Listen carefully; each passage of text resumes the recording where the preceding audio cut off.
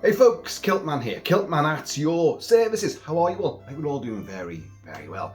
Now here's a little sort of impromptu review of a film which nobody ever talks about. And I'm going to talk about it because although it came out in 1965 and it was quite a bit of a sleeper hit really, with some big stars in it, it's as relevant today as it was back then during the Cold War. Because you may have noticed, despite the rather colossal temperature at the moment, we're actually in the midst of another Cold War again. NATO is having a big summit meeting and Trump, old Trumpety Trump's been there, and I've just watched his entire press junket and wow, that was operatic stuff, to say the very least. Hysterical. And yet, it's all very potent and dangerous at the same time, but he's lampooning what world politics are meant to be. But by God, he gets things done. Suddenly, all the nations in NATO, they're upping their pledge, their financial pledge, from a measly 1, maybe 1.2 to maybe 2%. It's taken 30 years to get them to deliver that much of their GDP. Suddenly, they're all pledging 5%. And that's going to run to trillions and trillions and trillions of dollars in defence against the aggressors. And who might they be? It's who they've always been. It's Russia, it's China, and of course you've got myriad other players as well. But hey, that's the real world. Let's talk about a film which was set in the real world of the Cold War during the 1960s. And it's great, and I saw it yesterday on Film 4. I've done this a lot over the years. I've begun to watch Film 4 during the daytime, because I'm not defending the nation anymore like I once did. You don't need me now, do you? Because you've got Trump. And I watch Film 4 during the day, and okay, the films go on a cycle, so you get a lot of the same films day in, day out. You get a lot of westerns, Audie Murphy and Randolph Scott, and they're great westerns. And loads of war movies. You get the odd musical, and you get the odd sort of comedy and Dickensian drama, but they're all great. These are marvellous, fantastic time capsule movies. Many of them actual genuine classics, many of them forgotten about genre gems. You knew where I was going with that, even if I didn't. And this film, The Bedford Incident, is magnificent, and it's a type of film you've seen a lot of. It fits into the maritime genre of having an obsessional, egotistical captain in charge, the man at the helm. He could be dangerous, but he's also heroic. He's driving his men to the limits. There's dissension in the ranks. Is he doing the right thing? Oh, the big moral conundrums. And it's all massively honed and sharpened by the fact that it's the Cold War. And it's also based on a novel by Mark Raskovich, who wrote the novel in 1963, so 2 years before this British-American co-production, The Bedford Incident. And it is changed slightly from the book. The ending is different, but we'll talk about that. And it's also, the book and the film are based very loosely on things that happened during the 50s and 60s, with the US and Russia and submarines and nuclear weapons, the Cuban Missile Crisis, and many other incidents that took place, including an American destroyer being chased out of Soviet waters by the Russians. So it's very prescient and relevant today, because we're getting this all the time. Certainly off the shores of the UK, we have Russian submarines and we have Russian planes flying overhead, entering our airspace, chased off by the RAF, chased off by our submarines or our Navy, if they happen to be submarines. And lots of cables being cut and cyber attacks, Russia, and China, and Iran. Yes, there's a lot of other players on the scene. But let's focus on the whole Russian interplay. So, The Bedford Incident, starring Sidney Poitier, yes, the great Thesp himself, Sidney Poitier, Richard Widmark, an actor that I love and adore Richard Widmark, but I don't think I've discussed very many of his movies over the years. There's one over there called Who Dares Wins. Yes. And he's great in that. Yeah, he's not one of the SAS men, don't worry about that. He's a diplomat, but he knows a thing or two about diplomacy and war and the nature of the beast, basically. And he's one of 3 actors, I would say, which I think they're fantastic actors. They have immense screen presence, real authority, real depth to their characterizations, but they're not the most likable, and they find it hard to make a character, genuinely warm and amicable. So Richard Widmark being one of them, Gregory Peck being another, and Peck's been in heroic stuff, romantic dramas, but he's a very serious, composed actor, and that wall of a face doesn't tend to break too often. His younger roles, yeah, but as he got a bit older, more statesman-like, it was far more authoritarian and stoic.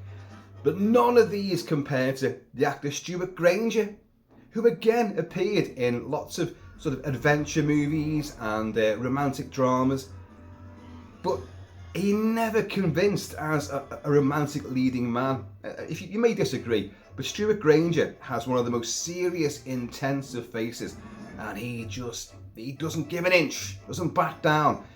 I find him very intimidating. If I was in the same room as Stuart Granger, I would really find it hard to break the ice with him. Maybe that's just the way I view things, but that's the way I see him. But I put Richard Widmark in that sort of league as well. He's great at playing irascible curmudgeons, people who are very forthright, and they're really deep set in their motivations and their beliefs. And he's played heroes. He played a Viking hero as well in the what's it called? Was it the Longships, where he and his men are forced to slide down this huge, sharpened scimitar on their bums, so they're going to get cut in half. It's not a great film, it isn't, but it's got some elements to it. And it's a rare role of Widmark with no top on, running around like some kind of barbarian and having a bit of fun doing it. But again, doesn't convince as a romantic lead. There's a bit of romance in it too. Anyway, back to the Bedford Incident, which was on Film 4 yesterday, and it'll be on again over the next few days. And between you and me, it's on YouTube as well. You can watch the full movie. I think it's free. Don't quote me on that, but it's definitely on YouTube. Cheers, y'all. So the USS Bedford is on manoeuvres in the Straits of Denmark, 1965, and they get 2 new passengers. One is Sidney Poitier, playing a photojournalist who's on board to chronicle life on board a US destroyer. And he plays Ben Munchford, or Munsford, not Munchford, Munsford. So you've got Munsford on the Bedford, and the other newcomer is the great Martin Balsam, playing Lieutenant Colonel Chester Potter, who's the new ship's doctor, and they get brought on board. This is a co-British American production. It's shot primarily at Shepperton Studios in Blighty, with a humongously American cast, but shot at Shepperton Studios, and also a few exterior shots. You've got models and you've got mock-ups of this destroyer, but it's also a great big set that they've built to mimic this particular ship, HMS Trowbridge, which was a genuine Royal Navy vessel. And in the opening scenes with a helicopter, these 2 guys have to be winched aboard the decks of the USS Bedford, and that's a real British ship again, and that's called the HMS Wakeful. Yes, I've got copious notages here, and but the rest of it is studio bound, or it's a great big bloody model, big mock-up. So they arrive there, new ship's doctor, photojournalist, and everyone, they run a tight ship, and everything seems very pleasant, but you've got to go and meet the captain, Captain Eric Finlander, played by Richard Widmark. And these 2 do get warned. Have you ever met the captain before? No, I don't think I've had the pleasure. Right, well, okay, you're in for something. Well, okay, I've heard of him. Well, yeah, but meeting him is something different. And they do meet him. And this won't be a huge big review. He says, I want to go out and dying to go to booze. The sun's come out. After being big muggy today, the sun's come out nice and bright. And Kilt-Man wants to go out and have some fun. Cheers, y'all. So they go and meet him. And he is very definitely reluctant to have them on board. He doesn't want a photojournalist there, but he'll accommodate him to a degree.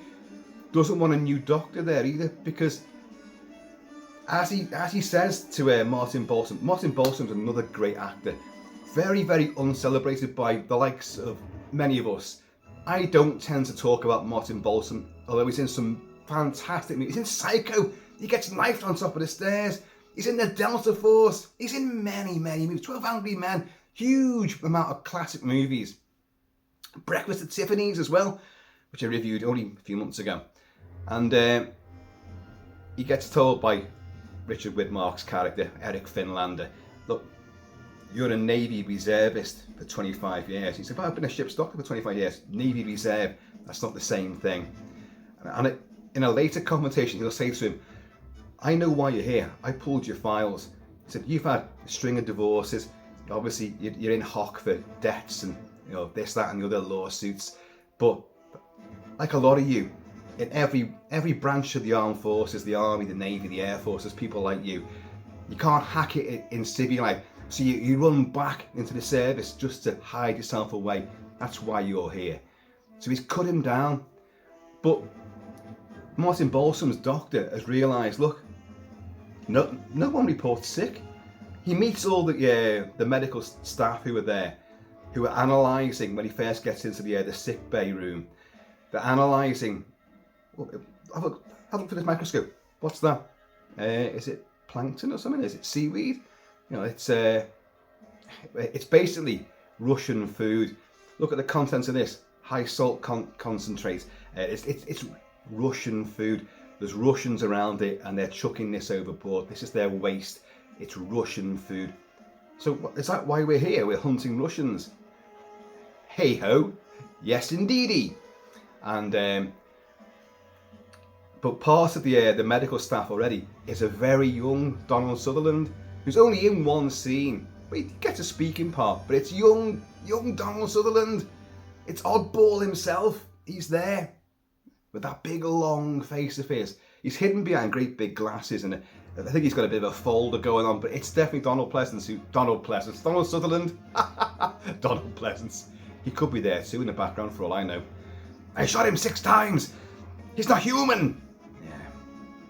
So, Sidney Poitier's there. Martin Balsam's there. Richard Widmark doesn't like them.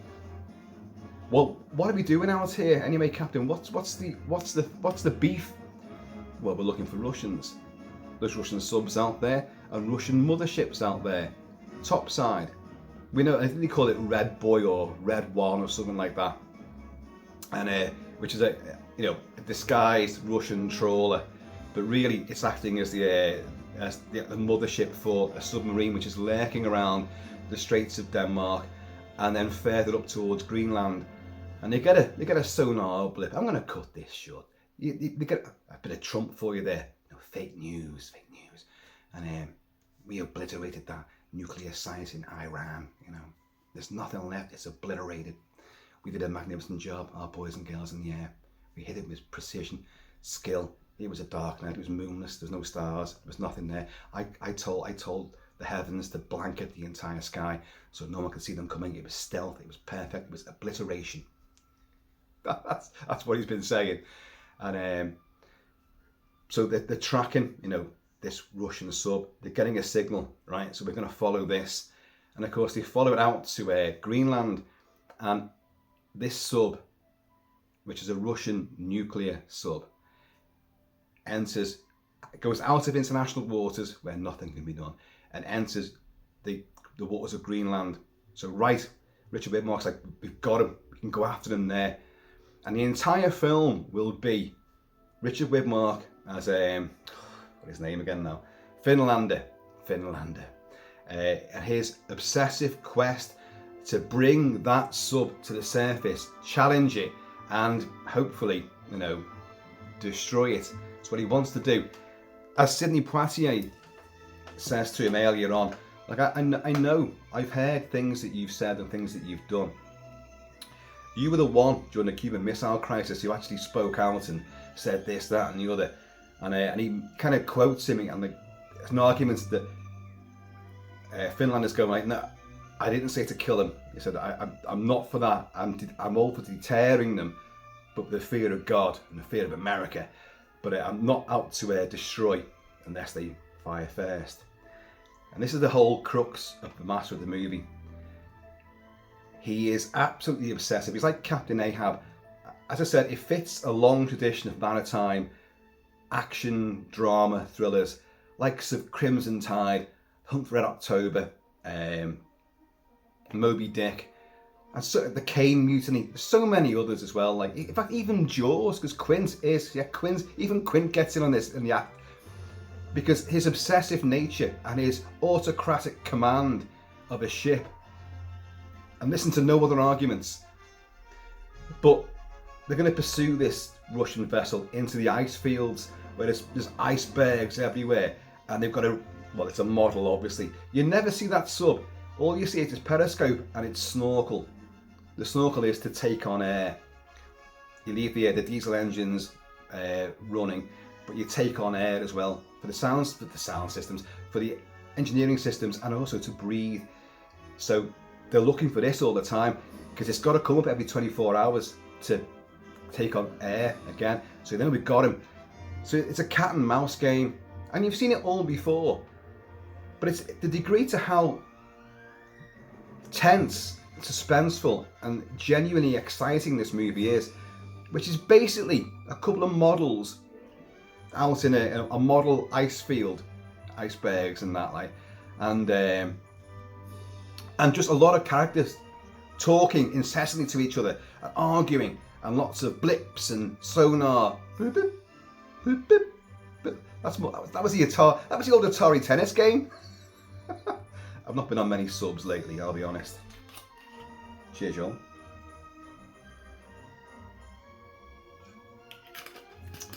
But the characters are what make this. Martin Balsam genuinely thinks, like, look, I'm here for a reason, so I'll come up with an idea. They're only on ship. The film lasts a day.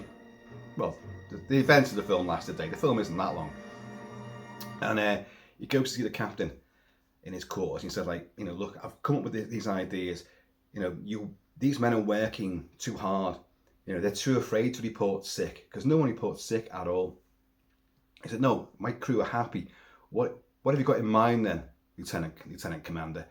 And he says, like, well, we can do physical exercise, get the body and then in shape, get the mind in shape with other tests, and test them, and they just give them something else to do and give them more motivation and let them rest. And this is when they have the argument, like, I know where you're from. Failed marriages, blah, blah, blah. You're in debt. You're hiding back in the Navy. Your heart's not really in this. Just go back to the sick bay and just do whatever. And he can't believe it. He said, if you really want to help, and he gives him a load of books of his own private library. Book. Learn about the modern Navy, the real professional, regular Navy, and about this ship, my ship. Read them, do your homework. So poor old Martin Balsam's like, oh, shit. There is one regular attendee of the sick bay, because Balsam's asked, well, there must be some malingerers and, some charlatans. Every boat's got these. Not on my boat. But there is one. They're resident German. Yes, he's a German. He's a crap. And this guy's played by Eric Portman, in fact. And he's Commodore Wolfgang Schrepke. And I forget now if he was a commander on, or a commodore on a ship, a German ship during the war, or a submarine, a U-boat. I can't remember now. I do apologise. There will be many of you out there who've seen this film, and but I never had I always knew of it. And I think back in the day when I was a kid and my father, big Kilt Papa, the military historian, it would come on. And I don't think, as a kid, I didn't appreciate, maritime war movies, because it was just big guns and a few explosions, but none of this, none of the soldiers falling down, no actual genuine hand-to-hand combat. I know, it sounds pathetic, but I didn't really appreciate films like this back then, but now I really do. But I only caught up with it literally yesterday. So, anyway, the German, the crap, he goes in for a repeat prescription. He said the ship, I won't do the accent, the ship's former doctor, no, I won't do the accent, gave me a prescription, every week. He's going like, well, what prescription is that for? Look at my file. So he gets the file out, strap key, Commodore. Yeah, that's definitely you. Swastika, on your face. Yeah. No, there's no medication here. In fact, you're in fine, good health. Yeah, I am.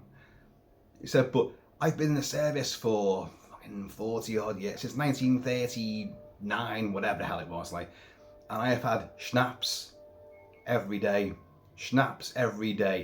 And when I joined, the US forces as an advisor, they kept this going, this heritage. So I get brandy every day because they've got brandy, medicinal brandy.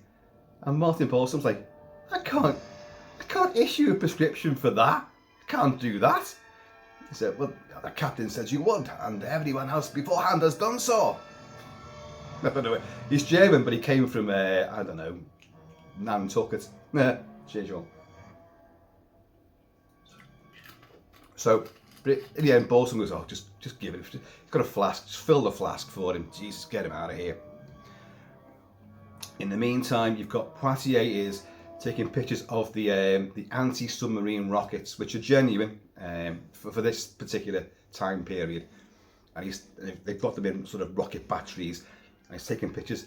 And it's the deck is storm tossed, and you've got the wires, the guide ropes along the front bow back stand, the bow. I forgot all these terms. And he's leaning against these, and it's kind of a good shot actually. And he's wind in the rain, and it's freezing cold. And he's taking these pictures, but Richard Widmark watches him from the bridge and gets on the mic, and he's just like, Mr. Munchkin, I was going to call him then. Mr. Munsford, please see the captain on the bridge immediately, if you please. So he comes up. What is it, Captain? He's all enthusiastic. Don't be taking pictures of those rockets because they're top secrets and all this. Like, don't be taking pictures of this, that, and that. Whatever you want to do on the ship, it's fine, but you come to me and get permission first. And we've seen how hard line Finlander is. You have, got his name as well, James MacArthur playing Ensign Ralston. He's the one that greets our two visitors when they get winched down from the helicopter.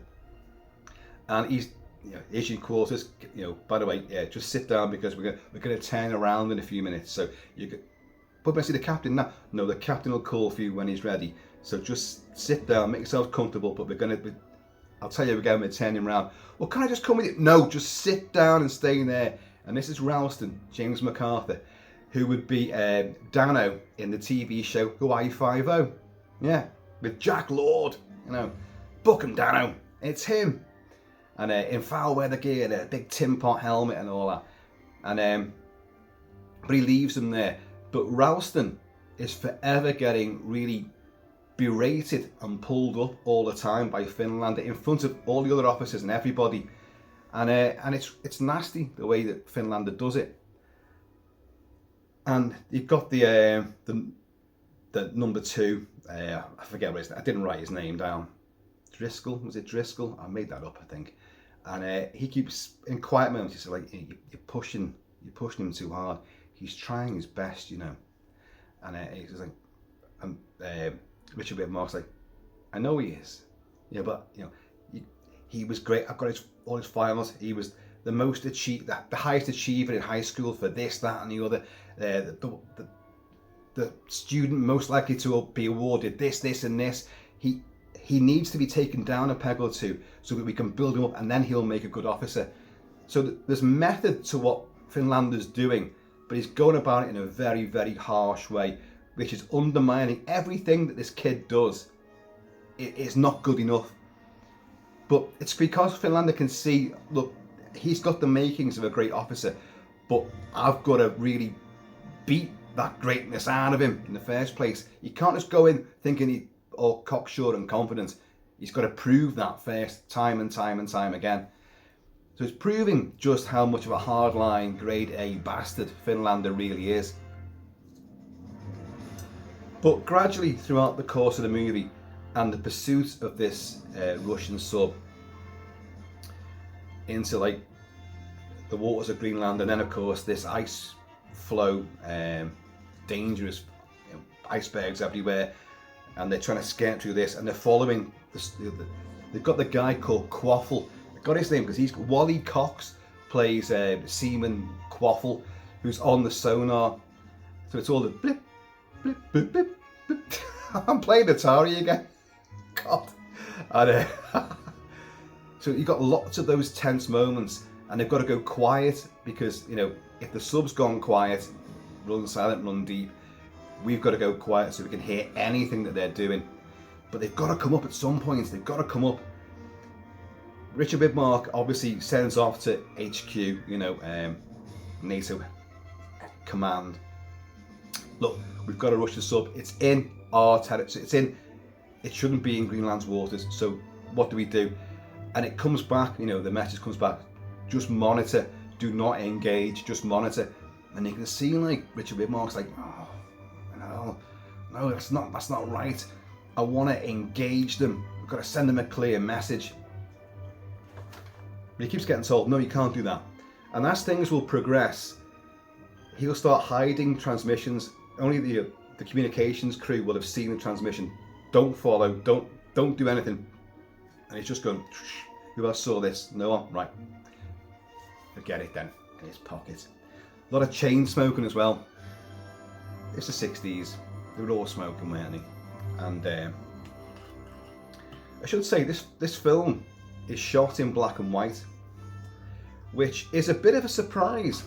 It kind of makes the film feel older than it really is, because in the 60s most films were in colour. In the 50s, blazing technicolor, you know.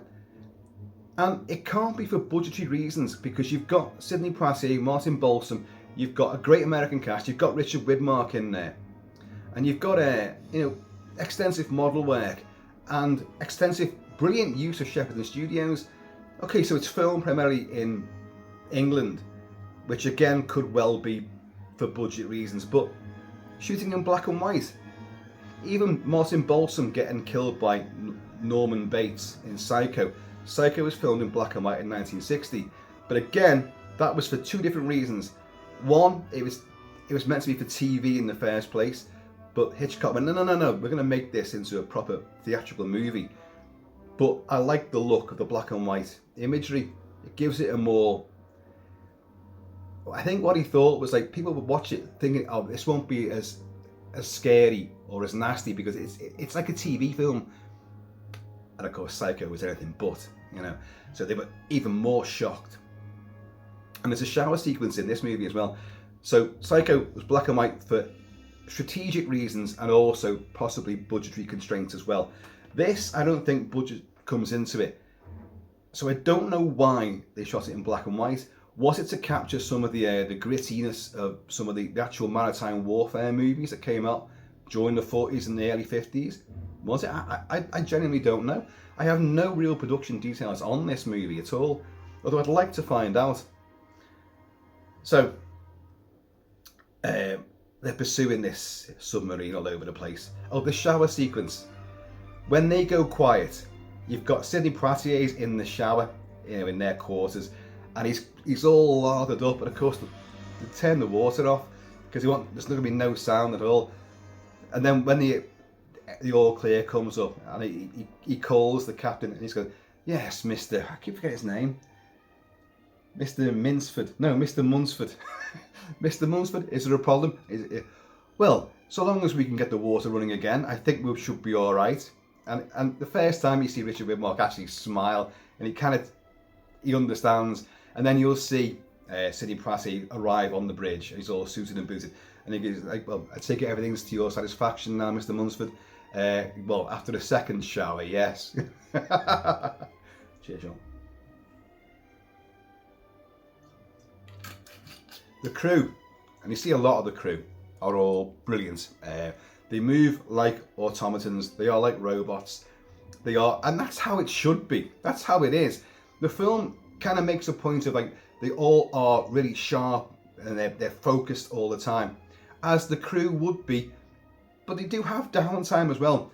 They're trying to get across the fact that Finlander doesn't give him much downtime at all, because he wants them to be. He is obsessed. So he's driving his men like Captain Bligh. He's driving his men ever beyond their capacity, but he's doing it for another reason.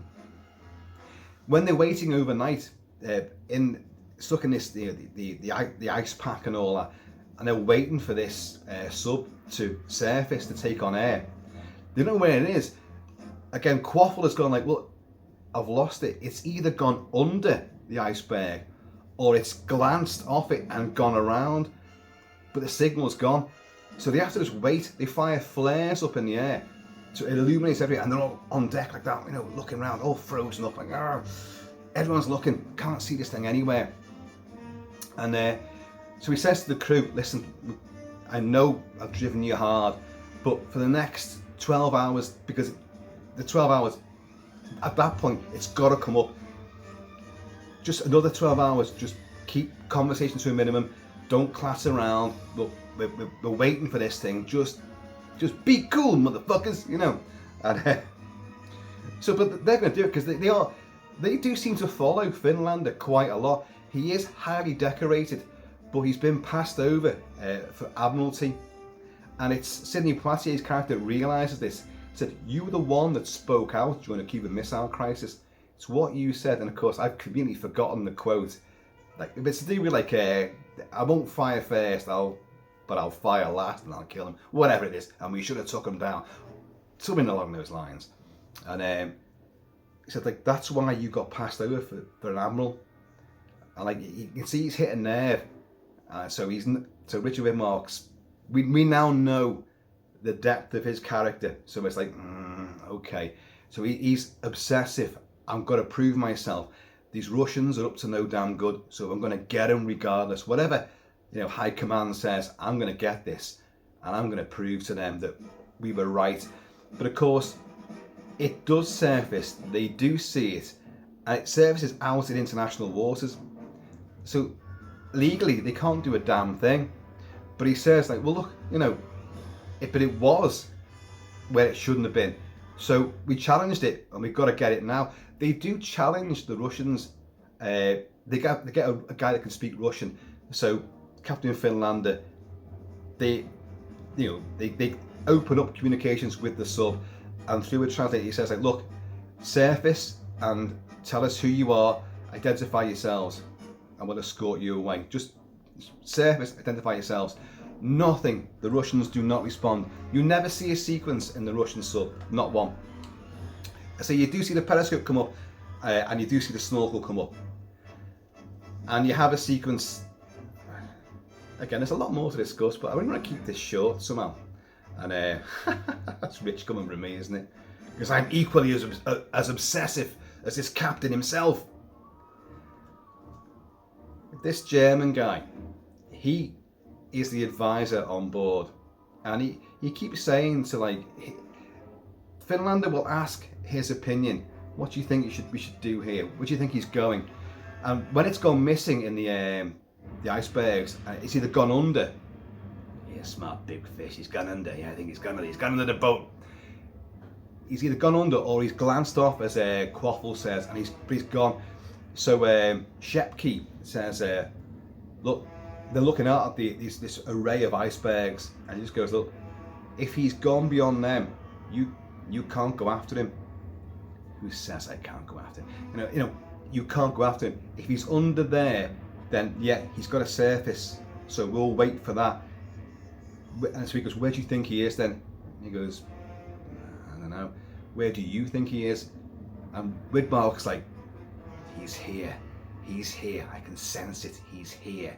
So we wait. So that's where you got this nighttime sequence with the clock ticking, literally ticking over. It's one of those things. He sits in the captain's seat, and you've got, it's one of those old plastic hinged clocks, and it's like 9:32, and he looks up the clock with Mark, got another ciggy he's got, and it goes and flicks up to 9:32, and then the camera stays on him, and people start talking to him. And I thought, I'm going to listen out to see if they kept the, they maintained the continuity of the seconds ticking over, or sorry, the minutes ticking over, and no, they don't. And I thought, oh, that's a bit of a lapse. Having shown it, you should carry it on. And then of course it dawned on me, and it's quite brilliant. If you're actually on that ship, on that bridge, and you've got one of those clocks that makes a noise, tick, each time a minute goes over, tick, you'd be soon immune to it. You wouldn't hear it unless you're looking at it and waiting for it. So, like the crew, we've supposedly become attuned to it as well. So you're not going to hear it, be aware of it. So I thought, there's my argument quashed. Can't argue with that, can you? So, cheers, y'all. All throughout this, poor old Ralston's getting rollicked all the time, and he's on some kind of monitor as well. And every time he looks away, Ralston, keep your eyes on the monitor. You know damn good to me if you can't see what's happening. Yes, sir. But the captain's giving a speech to everybody, so it's like, fucking give him a break, will you? But he said why he's doing it. Well, that's becoming worse and worse as the film goes on and the drama intensifies. But you got Quaffle, and Quaffle's working more intensely than anybody else because he's got to listen to every little thing. So it progresses. Finally, the sub surfaces, and they're like, there it is, that's it. Germans, Russians. Got a German on board, for Christ's sake. Not for much longer. And so they start ploughing towards it. They hail it again, I think, and they're getting a response again. But they're taking on air, and they can't take it on for too long. Well, because they're going to get obviously harassed by this looming USS destroyer. So Widmark says, right, plough towards it. Let them know that we're coming, but we're going straight towards it. And Sidney Poitier's going like, well, you're gonna ram them. What are you gonna do? You can't do that. He said, no, we're gonna go right over the top of them. But what they do, they actually plough into the snorkel. So that's their device for taking air on board, and they hit that and take it off. Like, so the sub goes down. I'm not sure if they fire depth charges. I don't think they do, but they do get the rocket batteries ready. Well, they've been at like battle stations anyway, and a couple of times, like when it's the sub's no longer around, and they're going like, "Do we relax battle stations now?" And he's going, "No, stay at battle stations," because he's just so focused and determined. I'm gonna take this thing down. He's not saying it out loud, but you can clearly see what he's thinking. And Poitier, he keeps recording little moments. He's got his microphone going, and he's got a lot of evidence. And he's not. Here's the thing: it's a big moral conundrum. What do you do? The Russians haven't actually done anything, militarily wrong. They've strayed into waters they shouldn't be in, but they do that all the time. It doesn't mean we fire upon them. But they're not responding. They're literally going out into international waters where they're allowed to be. But this guy is ignoring his own orders from the head shed, and he's going after it regardless. And he's waiting for them to do something wrong, something that he can then challenge them on, and then hit them with the anti-sub rockets. That's all he wants to do. So they've done this now, like hail him again, blah blah blah, whatever. Nothing's really working out. And then suddenly, Quaffle goes. He's hailing, Quaffle, where the hell's that sub? Where is the sub? What's happened to the sub? And Quaffle, where's Quaffle? And Quaffle's collapsed. He's the guy at the sonar. He's collapsed. He's gone. no sleep, and such intense energy and focus that he's lost it. He's hallucinating, because he says something like, okay, he goes like, they bring him on, they put him in the captain's chair, and it's like, Quaffle, what's wrong? And again, Widmark now cracks and shows a lot of respect for this guy, because this guy's been working balls out all the time. One of the most central figures that they've got on board. And he has continually sort of given him a pat on the back. Well done, Quaffle. He's showing him respect, but none to Ralston, of course, like, just bark at him. And he's going, what the hell's wrong with this guy? And is he collapsed? Is he poisoned? What the hell is it? Like, and he's going like, I don't know where it's gone. I just can't see it. I can't see it. I don't know where the sub's gone. I've lost the sub. And he's going delirious. And Widmark's like, what the hell? Get the doctor. So suddenly you need Martin Balsam. This is a great scene. So Balsam comes up and he's like looking at him. He's like, this man's had, he's suffering from exhaustion and delusions. He's had sleep deprivation. You know, he's hungry. You know, well, take him below and fix him up and get him back within half an hour. It's like, I'll take him below and I'll fix him up, but he's not coming back at all. Doctor, you know, Lieutenant Commander, you know, you do as you're told. Get this man back to his seat. Fix him up, get him back ASAP. It's like, no, you don't understand. No, you don't understand. We're at war. And this big argument ensues on the bridge, and everyone's like, oh, shit. And Ralston's looking away from his monitor. You shouldn't be doing that. And Poitier's like, oh, I should be recording this. And Balsam just comes out, after being so weakened and humbled throughout the movie, under the auspices of Finlander. Suddenly he goes, as Finlander turns his back on him, he goes like, you dirty bastard. And like Finlander turns around, Richard Widmark, like his fucking face is like absolutely cracked granite. And Widmark has this sort of, it's a craggy face. Even when he was young, a bit like Peter Cushing, he's very gaunt, has a very sort of, you know, Peter Cushing, I believe, is here. He's there as Grand Moff talking. There's a slew of captains. You've got the one from the fog, you've got Captain Quint, you've got Captain Kirk, and you've got Captain Kentucky Fudge. Decommissioned, of course. Like the old tug he is. And we could all do with an old tug, can't we? Oh. No need. Really no need. He's got a droop, he's got like an eye that sort of comes down, and he looks, again, he's a fair bit younger. He's probably in his, I don't know, 50s, early 50s. Richard Widmark, when he made this, 1965. I'll have to look that up. But very thin of face and very intense looking, very skeletal. And his eyes, one eye's blazing, the other one's slightly drooped.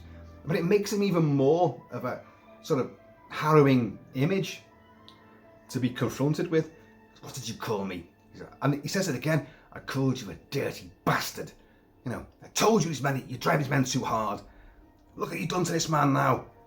So anyway, he has to concede. So they cart him off like and take him down to sick bay.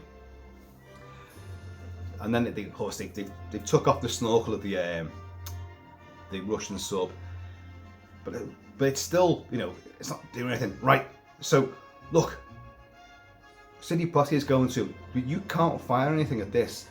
And like other people are saying to him, you can't fire. You know, the sub's taunting us. We've got to stop it.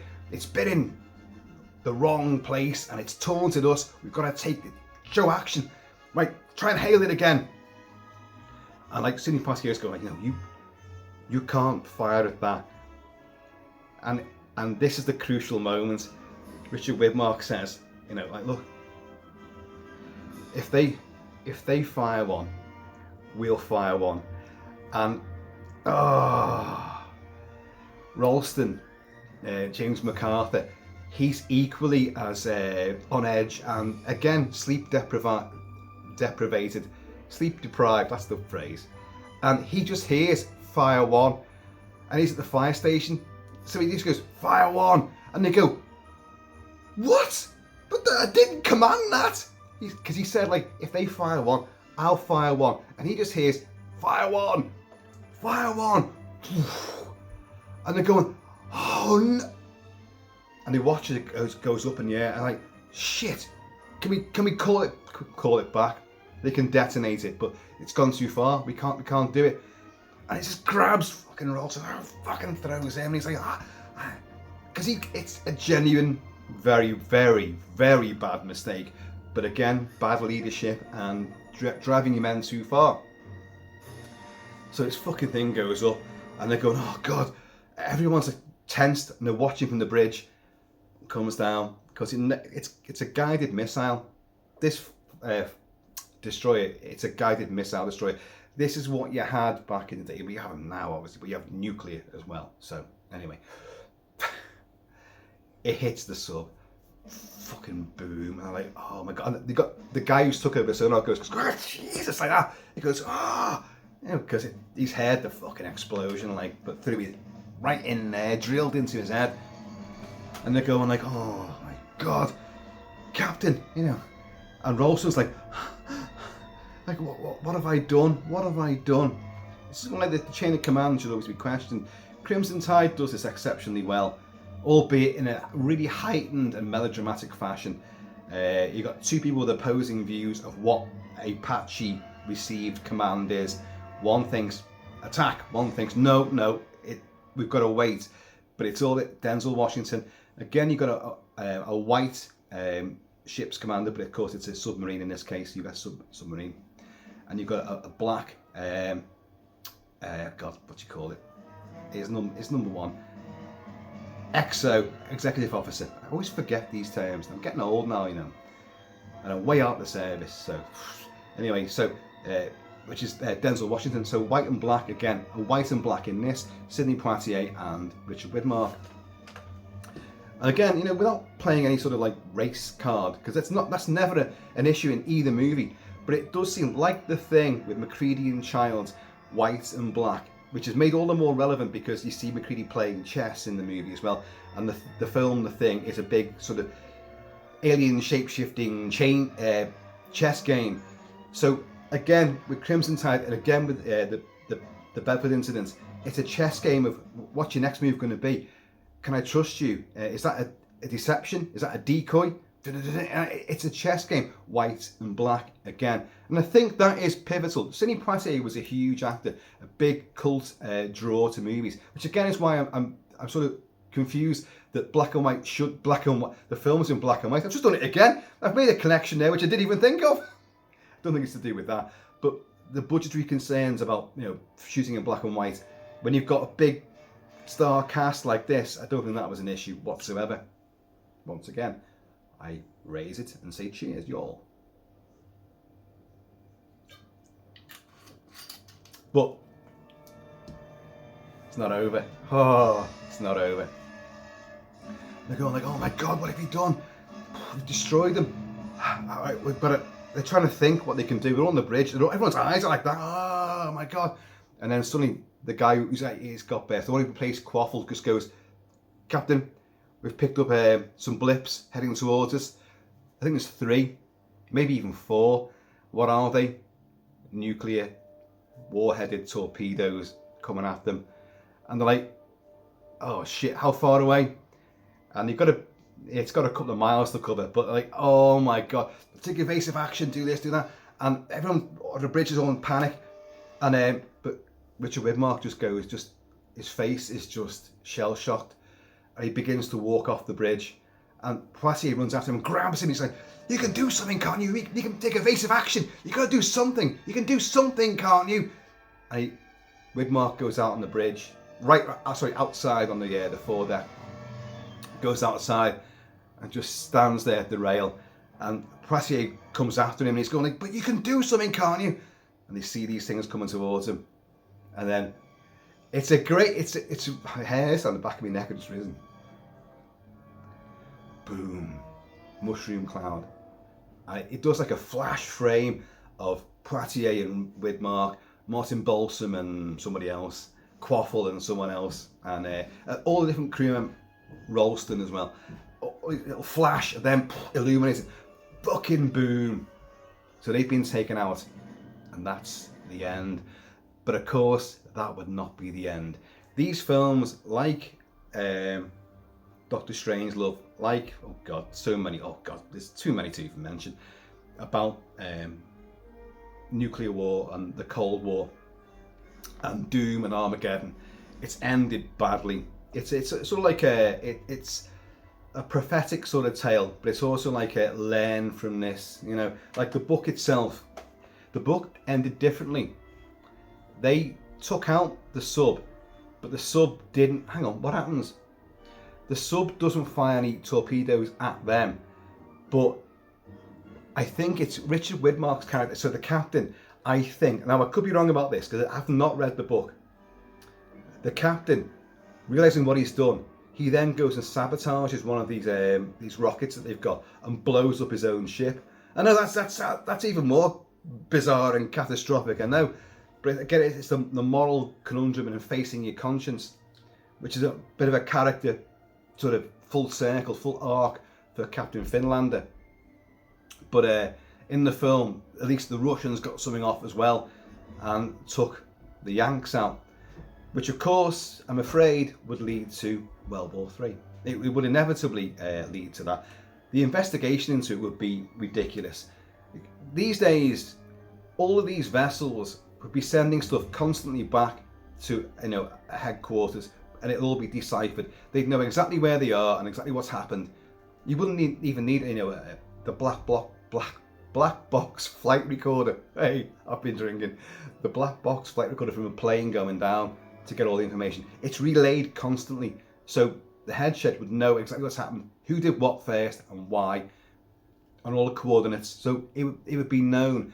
So if this had been a real life situation nowadays, obviously politics plays a part, and like I'm not saying that some people may want something to happen like that to give them reason to do a retaliation, but it could actually be like, look, this has been a catastrophic accident, but all we've lost is 2 military assets from either side. No cities, no people were hurt. It's just a really terrible, grave mistake, and of course, the massive bloody minefield, literally, of questions and interrogations and media scrutiny for fucking months and years afterwards. But back in the 60s, this would have been World War III, without any shadow of a doubt. Folks, the film is great. It has so many moments of tense character, depth, animosity, confrontation, great debates. It's not cliched. A lot of these things are horribly cliched, and I'd say the same about Crimson Tide.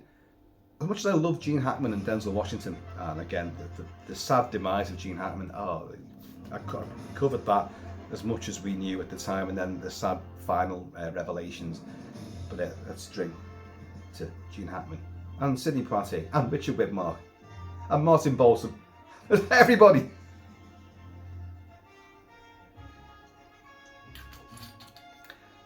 But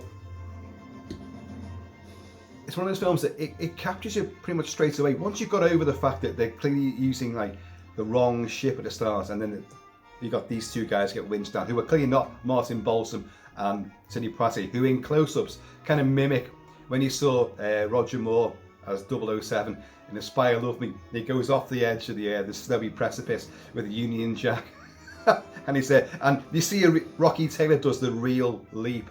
But then you see a close-up of Roger Moore going, it's like that when they get them winched down. It's not convincing. But the ship itself and the mock-up that they've done, which mimics the HMS Trowbridge, is superb.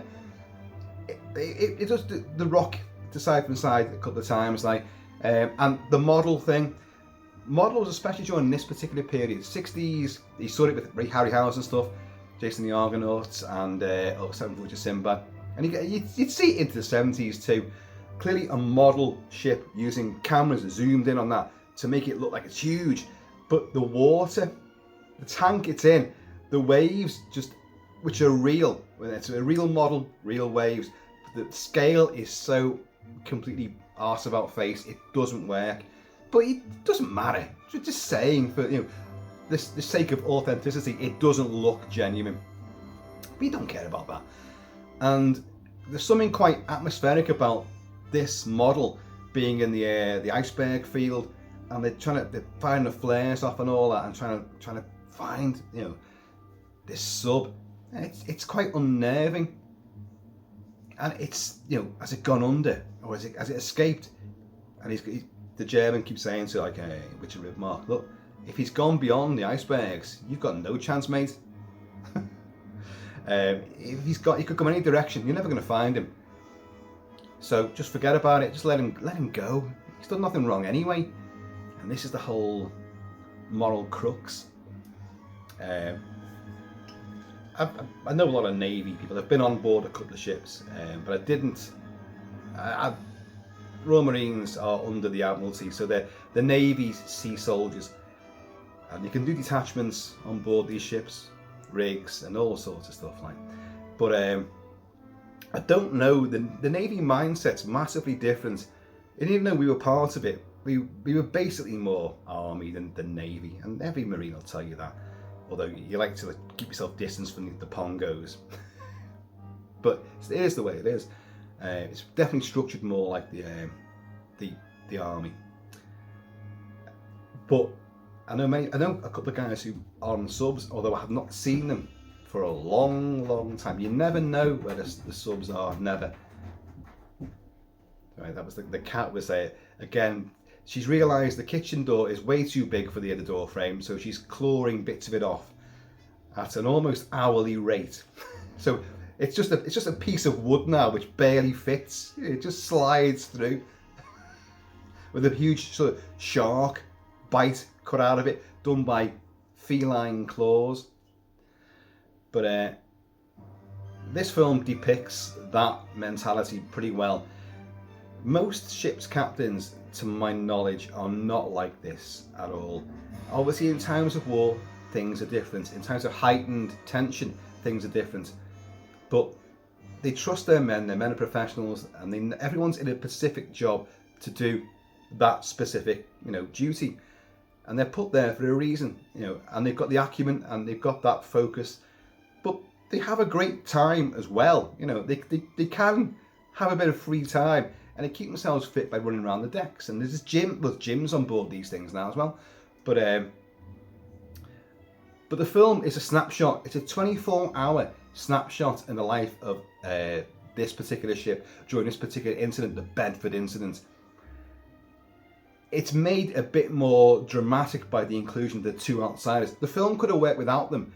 I mean, they don't really... Martin Balsam's character is the one who challenges directly, first of all, the captain. You dirty bastard, And it's superb, because you see he's been the mouse, and suddenly he's like, no, you've driven these men to this, you did this to him, and it's great. It's a great sort of, pardon the pun, icebreaker. It happens, and it does crack and dent Finlander with Mark's character a little bit. You may suffer, maybe I'm doing this, sort of some reservations, some second thoughts. But he's still, it's still Ralston who fucks everything up, like, fire one, yes sir, fire one, what? Ah! You're like, no! It's the big Homer Simpson moment, don't! But pretty bad, a pretty bad fuck up, let's be honest.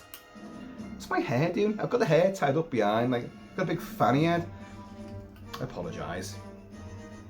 Not for the fruity language. Did you see Trump? This was not today, this was yesterday. Oh no, the day before. Forget, days all blurred into one now. When he's about to, it must have been yesterday, he was heading out to the Hague for the NATO summit. And he was going to Marine One to fly out to Air Force One, and he's talking about the lack of a ceasefire. He's pissed off with Israel and pissed off with Iran for breaking the ceasefire that he brokered, and he said no, they've been fighting this war for years. They don't know what the fuck they're doing. I saw that live. They don't know what the fuck they're doing. And now when they bleep it out now, they're really good though, because they don't know what the beep they're doing. You know exactly what he said, and it doesn't lose any impact either. It's just superb. I love people who are meant to be following a set of decorum laws and be moderated and all that, like in their responses. But I hate that. You got to look at Keir Starmer, never hear Keir, two-tier Keir. He spends all his time on the world stage, never here in his own fucking country, sorting out his own fucking country's problems. And he always smiles. This is Keir Starmer, always smiles, and he's lovely and friendly with all these foreign bigwigs. When he's talking to us, his own population, his own citizens of his own country, he's austere Keir. Let me be clear. There's another thing. Everything rhymes with Keir. He says, he always says, let me be clear, or I've always been clear. You're never fucking clear. You're a lying, two-faced bastard. Anyway. But he's always smiling with them. Never smiles at us. I think I was going with that. But Trump swearing. He takes the piss out of, CNN and Fox News and all the other fucking ones who hate him. And he has this is meant to be a proper, official, press junket. Gives his speech, which went on for fucking hours. And then, all he's doing is bigging himself up. And he brings in Hegseth and who the guy was, I can't remember, the general, I forget who the guy was now. And of course they just bring him up and, and they turn around to Trump, but without the leadership of this man here, of President Donald Trump, we wouldn't achieve this magnificent strategic success. It's all massive smoke up Trump's arse. Oh, I mentioned Roger Moore. There he is. In a really great position there. So I'm trying to do the Roger Moore eyebrow there. But as my daughter keeps telling me, you've got no eyebrows.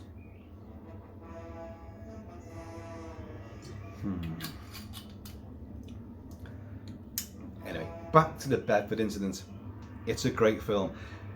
If you're in the UK, you can catch this easily on Film 4. It'll be on again and a few more times, I'm sure, during the day. And it's on YouTube. It's definitely on YouTube, and you can buy. I did check. There's a DVD for those who still use DVDs. There's a Blu-ray of it, and I was so entranced and drawn into this film that I would consider getting a Blu-ray of it, so to watch properly, at my leisure. It's great. Widmark is his typical Widmarkian self. Stoic, irascible, sarcastic, caustic, cutting, and that face of his doesn't really crack. Only a couple of times, but you still get the depth of who the man is, and then he's shell shocked at the end. He's genuinely horrified. Oh shit! What have I done? What have I allowed my ship, my crew to do? But it's down to him, and he knows. I can't avert. Well, I'm not sure what evasive action they could take at that stage, but Poitier's going like, "Hey, you can get out of the way. You can stop these. You can still save us." Blah blah blah blah. And he just walks off.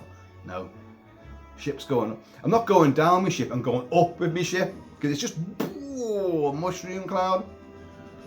I've been playing. You may have noticed the Final Countdown. Aircraft carrier Nimitz goes back to the eve of Pearl Harbor. Covered it lots. But I have also been playing the soundtrack from Gerard Sherman for the Bedford Incident. But there's not a lot of music in the movie. I'm going to play it now, just for the sake of it. Sherman did a lot of movies as well, a lot of scores. And this is actually a suite which I purloined from YouTube.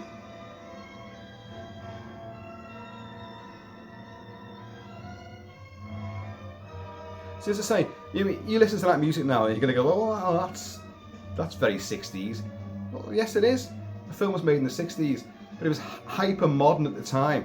And yet, come back to this thing, it was filmed in black and white.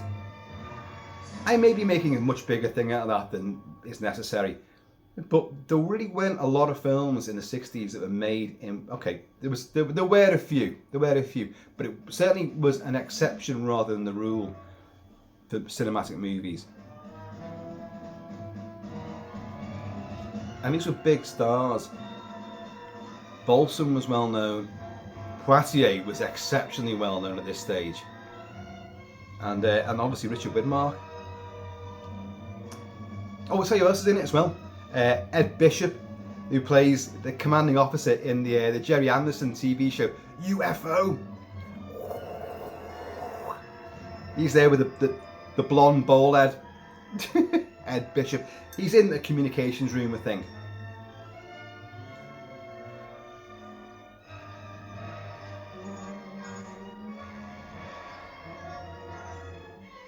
It's from a quite obviously poor source. But it's a great film. I do recommend it. I'm gonna do this a lot more often. I have done it before. I mean, I think the one that kick-started it was Audie Murphy in 40 Guns to Apache Pass. A great, cavalry western, and I fucking love it. It's quite brutal. Again, it was in it might be late 50s. I can't remember now. But it's bright, gaudy colour, and there's blood in it as well. It's a pretty nasty film, and I love it. And Film 4 shows a lot. Now, a little proviso about Film 4. They did show Legends of the Fall only recently, and they cut it down. Yes, this is the James Harrison novella, which I've got. Brad Pitt, Aidan Quinn, Anthony Hopkins, Julia Ormond. It's a western, but it's sort of early 20th century western, and they go off to the First World War, and one brother gets massacred to bits, and during a mustard gas attack, he gets stuck in barbed wire, and the Germans just machine gun him to bits. But Tristan, who's the Brad Pitt character, is he the elder brother? Samuel's the younger one who gets machine gunned. Aidan Quinn might be the next one up, but the frontiersman, Aidan Quinn plays like a guy that wants to go into politics. He's a learned man. They all fall in love with the same woman and all that. It's a big, epic, sprawling story. What I'm getting to is like Brad Pitt's character, who only goes out to fight this war, the First World War, with the Canadian Expeditionary Force. They join up with the Canadians to go out and protect his two brothers. Simple as that. And then Aidan Quinn gets wounded in a charge, and then gets sent back home. But Samuel, who's the younger one, I'll stand by you, I'll protect you, because it's Brad Pitt, the younger Brad Pitt, and he's like, Pitt the younger. and he's like completely fucking, he's learnt the ways of Native Americans. He understands sacrifice and taking the hearts of your victims and all that, and scalping. He understands all that, and he's a very violent, brutal, adventurous kind of dude. So once he can't save Samuel, he goes out on revenge, and he finds a machine gun nest of Germans, and he goes in with a big fucking Bowie knife, takes them out, slits throats, and scalps them, and comes back in. It's covered in blood, with all the scalps attached to himself and the horse, and the Germans, and everyone's like that. That entire scene was cut out, that entire sequence. And once that happened, I went, fuck this, and walked out.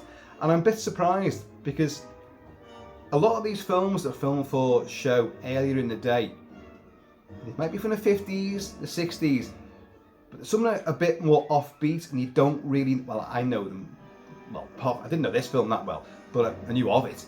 But some of them are a lot darker than you think, and a lot more vicious, with blood and violence, and sometimes a few swear words as well. And they're shown during the day, And then this one, Legends of the Fall, was during the evening, and they still cut it. Cannot believe it, folks. Anyway. We've gone off the score there. It's only literally 4 minutes of score in a big suite. That's all I could get. And I talked over all that, didn't I? But,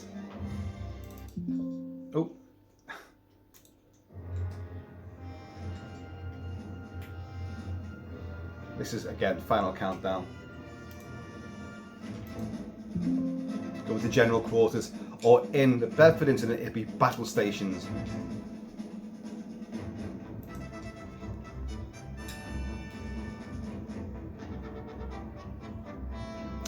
by the way, if you want me to talk more about Trump and NATO and what the decisions have been made are, I know a fair bit about these, I can do.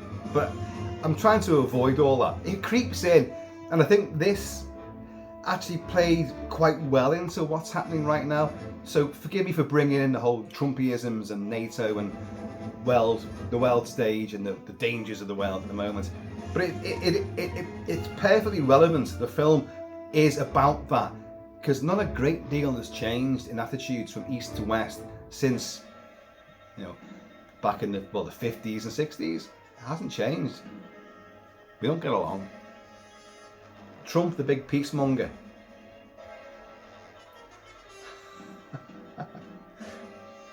We want peace, but if we're going to destroy you, we'll do it. We'll do it great. We'll be the greatest at it. We'll destroy people like no one's ever destroyed people ever before. We're the best at destroying people. We're Americans. And we're great. Shouldn't laugh, should you? You shouldn't, but... but I do. Because I can. Until I get nuked, I'm going to laugh and drink and have fun and make merry. And I advise you all to do the same. Ah, yes. Target dead ahead.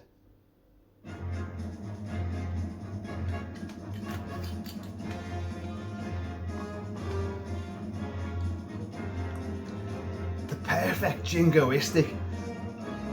Going to war. Dun dun dun dun dun dun dun dun dun dun.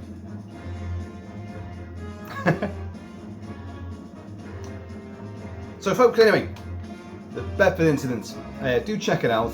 Don't feel you have to, just wanted to talk about it. And maritime war movies, I've covered the likes of Master and Commander and The Bounty. Master and Commander, a war movie. The Bounty, not necessarily a war movie. In fact, no, it's not a war movie, it's a mutiny movie. But I don't think I've covered anything else. And there is a huge, vast genre of this material, like Midway and In Harm's Way, and oh god, there's fucking millions and millions of ship-based sort of Tora, and Pearl Harbor, Michael Bay and all that. There's millions of these movies out there, and I don't really touch upon them, and maybe I should, because I really, really enjoyed this, and you can probably tell. But it was just great to see towering actors of real stature going at it in a moralistic crisis and conundrum. And it's funny how it's a ship or a submarine which often brings this sort of story to its ugly, volatile head, warhead you could call it. People trapped on a microcosm of the world. It's a city, a ship is a city, a submarine is, a town, let's call it that. And everyone knows everyone, and you're in each other's face all the time. So tensions have to, inevitably, you are vetted for all this. Are you going to be all right with it? They don't politely ask you, you're going to be okay with someone's elbow in your face all the time, and someone farting in the top bunk. Are you going to be okay with that? They'll weed you out.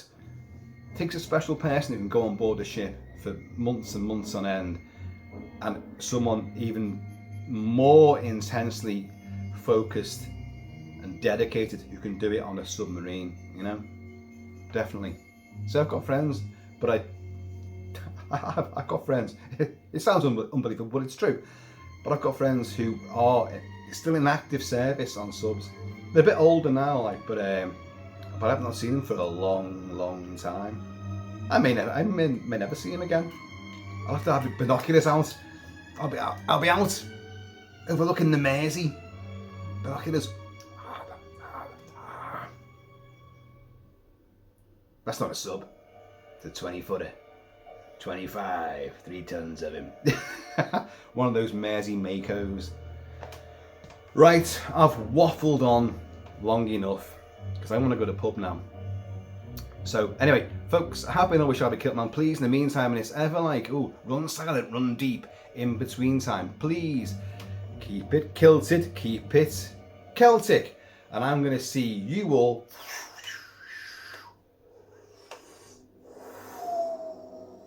officer on deck.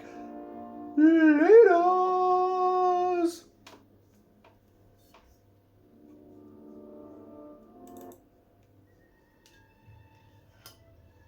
This warbly bit at the end of the final countdown when the time travel's been all revealed and the people that sent him out there, not Martin Bolson but Martin Sheen, goes out on the Nimitz, and the people that sent him out on it are the people that got left behind when the Nimitz went back in time, and you get this queasy warbling.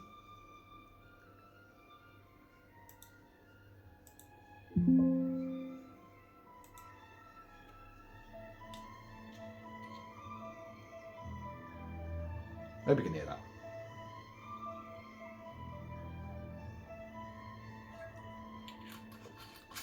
And yeah, this film had Donald Sutherland in it as well.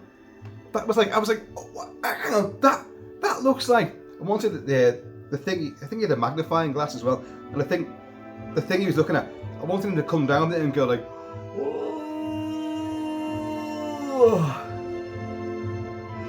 I'm out of here.